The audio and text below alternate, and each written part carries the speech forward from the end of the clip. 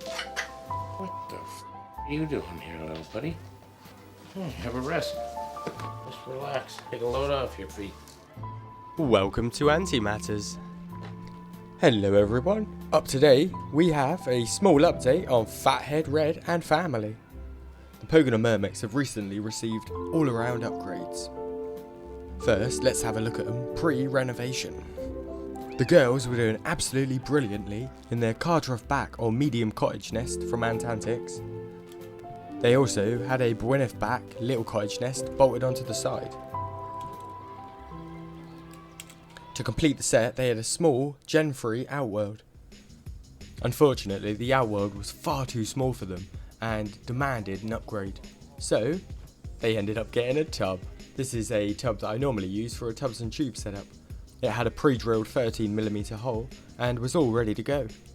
I'm not sure if you can really call it an upgrade, as it is a little bit of a downgrade. I also added in a lollipop stick to act as a nice bridge up to the hole. A certain ant has taken it upon themselves to guard the lollipop stick as well.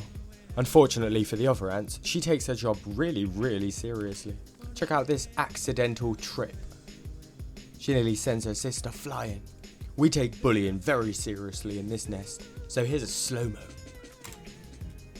I think we can all agree it was definitely intentional. That crazy mustache-wielding lady went mad. Despite her going overboard on guard duty, she has shown extremely good punctuality. The new outworld also makes feed times a breeze.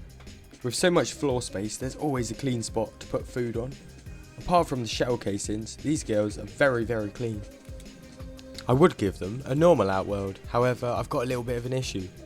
Their spot, which has been working so well for them, is a little bit tight and I refuse to move them. Fingers crossed I can get hold of a proper outworld that fits. The tub also means I'm stuck using tubing to bridge the difference in height between the nest and the outworld. A little bit annoying. Time to have a look under the cover at the nest. As you can see, they now have two bach or medium cottage nests, and the bach is gone. You may have noticed I've put the two nests facing opposite directions as well. That's because I'm trying to escape a trap. If I was to put both of the nests together side by side without being opposite, the nest would get stuck as a too wide and infinity long setup. It's a little bit hard to explain what's going wrong, but I can try and show you. It's not really a wrong thing with the nest as well. I'm only thinking about this problem because I want to keep using the nests because they're so good. So when you line all the blocks up to face each other and all the ports going into the same port of the adjacent block, you end up with a situation where you can't build anything on the blocks labelled A because there's no port. In my attempt to try and escape that fate, I thought, oh, you know what, I'll twist one around. Unfortunately, this is a complete failure. As you can see on the right side here, twisting it around has just created a area B, which is somewhere where I now cannot put any nests at all because nothing will fit there, so it's wasted space. You might be looking and thinking as well, maybe you can spin A and the blocks that are below it. If you spin them to get them all to line up, you end up creating another massive block of unbuildable area. That's labelled A on the right side here. The block labelled C star actually does fit as well. My goal is to create a setup with as little B areas, which are unusable, as possible. After a bit more modelling, it dawned on me that I had put the setup in completely the wrong shape for nice easy gapless expansion in future. I then tried to work out a little fix. My solution ended up being smaller little connectors to go between the blocks that are about just over 20mm long. This opens up a few of the doors that were previously closed to expansion. You could also run some tubes in and out of here as well. Hopefully in future, if I ever hit any hurdles, I'll be able to use these and it'll fix them. I then went on to try and figure out what is the perfect shape to put all of the nests in. I ended up stumbling upon a spiral.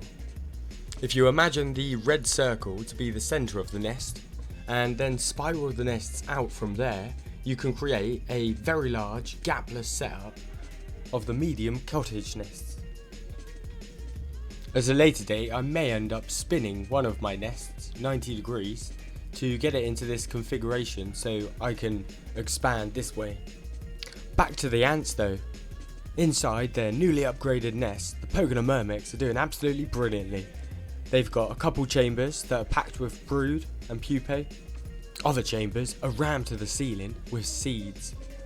If you look on the left side of the right chamber here as well, you can see the eggs. I didn't spot them till narration. They're looking so healthy at the minute though, and they seem to have sped up a little bit now spring has arrived as well. I've been feeding them twice as much as I normally would. Whilst looking into the new nest seed chamber, I noticed one of the workers doing something funny. And no, it's not the one with the larvae here. Some of the workers running around the nest seem to be wheel spinning. I thought it was absolutely hilarious, so I filmed them doing it for ages and caught them at it loads. They sort of remind me of a dog after it's had a turd.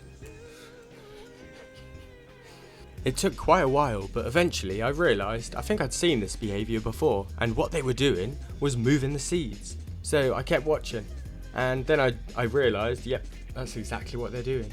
Sometimes harvester ants do this little run to move loads of seeds at once. It's much more efficient than hauling them one at a time. Between the burnouts, there were some workers doing some proper work. The ant in the centre was soaking an exoskeleton in moisture to soften it so the little larvae can eat it easier. The current forecast for this colony is absolutely brilliant. I think they're really going to explode in 2025. The queen seems her big bubbly self. I bet she's loving all the extra protein I'm chugging in. May her mighty moustache reign supreme. Apart from a new outworld of some sorts going forward, I really would like to get some more little nests for these girls. To do that though, I'm going to have to make them grow even faster. My ultimate goal would be to get them up to 6 of these nests in size by the end of this year. I'd accept 4 though as a passing grade. Fingers crossed for the continued good health of Fathead Red. If you go into Ancon too, maybe you'll see them. If I'm allowed to take a colony, it'll definitely be this one. Anyway, I hope you enjoyed today's update. I think that's about everything upgrade wise. Finally, in today's episode, I'm going to leave a video of the ultimate ant burnout at the end. Until next time, thanks for watching, have a fabulous week, may your ants live long and prosper, and bye!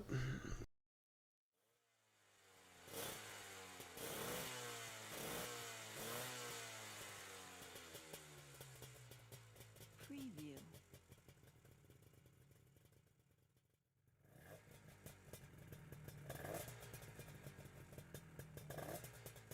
Preview.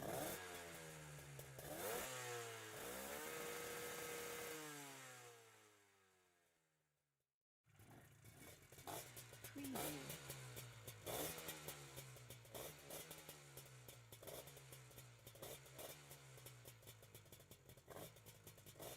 Preview.